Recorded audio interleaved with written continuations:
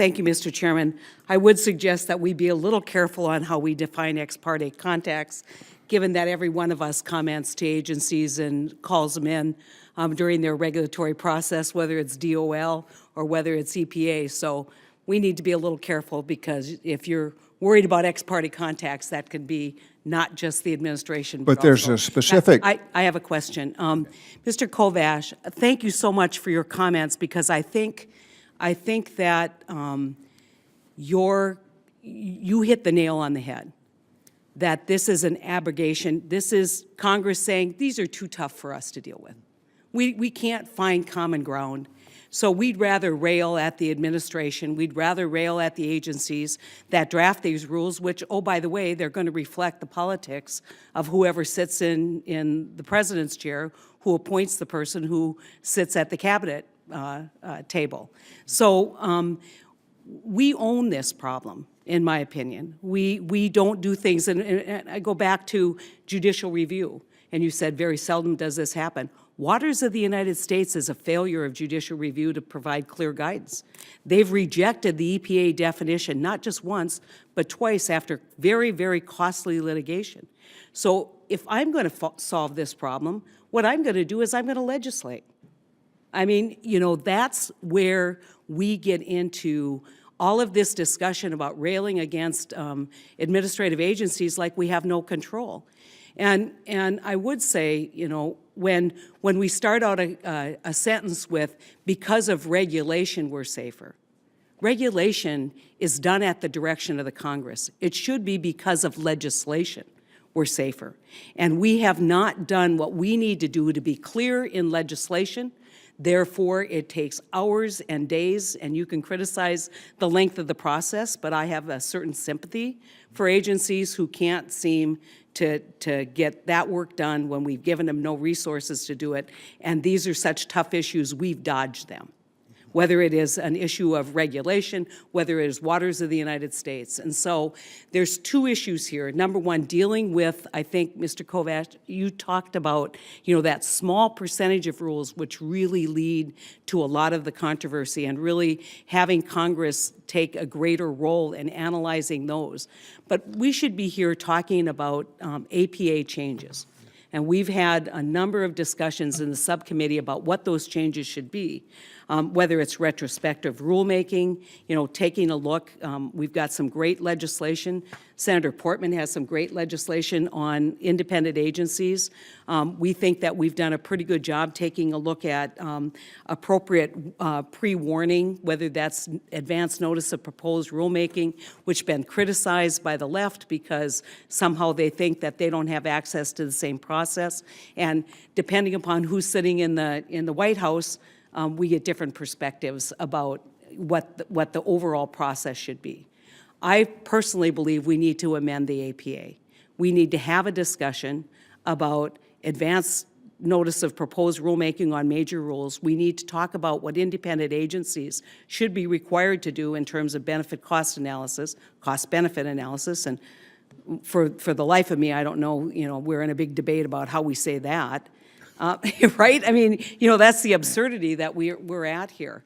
And so on all of these issues, if we could find common ground, I think that, and set a new path for amending the APA in areas where we can all agree, which I think there are, but we way too often criticize regulatory agencies when the criticism really should be back at Congress for failure to respond. And so if you had to list the 10 rules from your perspective, Mr. Kovacs, what would be those 10 rules that you think Congress should legislate a solution to?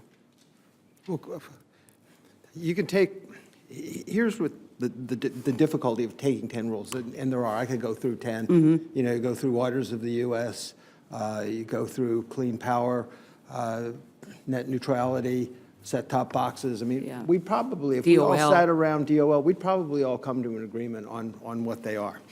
You hit the nail on the head when you said we need to amend, Congress needs to amend the APA. That's the Bible of the administrative state. And you need to frankly tell the agency, you have to check off this box, and not just check off. If it says you've got to talk to small business and see if they're hurt, they really have to talk to them. They can't just check it off and say they're not here. The other thing is, by doing so, you give the court clear standards for review, which the court doesn't have. So right now, the court's looking at 2 or 3 million pages of a record. And in that record, they're saying, we don't know what the science is, we don't know what the economics, so we're going to give deference to the agency. It's really up to Congress to say, here's what we want the agency to do to get to this, because after all, the goal of all of this is to get a rulemaking that implements what Congress wants done. And then the court needs to be able to look at that in a very strict way, not just with general deference. And that alone, for those 5, 10, 15, 20 rules, you really only probably get 5 or 6 a year. And the agencies can handle that because they've got 4,000 rulemakings, and you're asking them to do more. And the best example is, I think it was about 10 years ago when OSHA did ergonomics. The OSHA system is something you should really look at because they're on-the-record rulemaking. Some of the opponents of it would say, well, it takes too long. They did the entire ergonomics, which was a multi-billion-dollar rule. They did it in less than a year, and they did it faster than if you were going to have if you were going to go through the informal process where you take in millions and millions of comments. But the other thing that's really amazing about it is they give a record that a court can review. Courts understand findings of fact and conclusions of law, and the agencies have to give it to the records. And that Senator Portman's bill does a lot of that to get you to that point where a court can actually review it. Yeah, I think that the interesting thing is that if we had a Republican administration, the dialogue might completely shift between what the Republicans are saying and what the Democrats are saying. And we can't have that kind of political, roller coaster based on who's sitting in the White House. We have to have rules of the road. Policies will change based on who's running the Congress. Policies will change based on who's the president. But there should be a baseline, and I think we've lost, I think a lot of on both sides feel that that baseline's turned into quicksand. We don't know what the rules are anymore, and we don't really have an independent place to go to get evaluation and analysis. And so we're going to continue to work on systemic changes.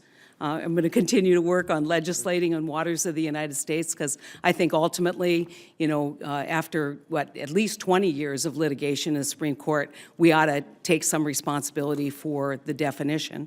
But I really believe that that this should not be as partisan as what it is, that we really ought to have an opportunity to have a broader conversation, and I'm going to keep pushing for that here. Thank you. And really appreciate your testimony. We really appreciate the work that you've done, the effort to kind of analyze this from, I think, a politically neutral kind of standpoint, because to me, this isn't a political issue. This is about what are the rules, how are we going to evaluate whether people are complying with the rules, agencies are, but how are we going to better evaluate Congress's failure to provide greater guidance in all of this, thereby enabling agencies to legislate. In fact, not just enabling, requiring agencies to legislate. And so these are problems that we shouldn't look at through a political lens. So thank you, Mr. Chairman.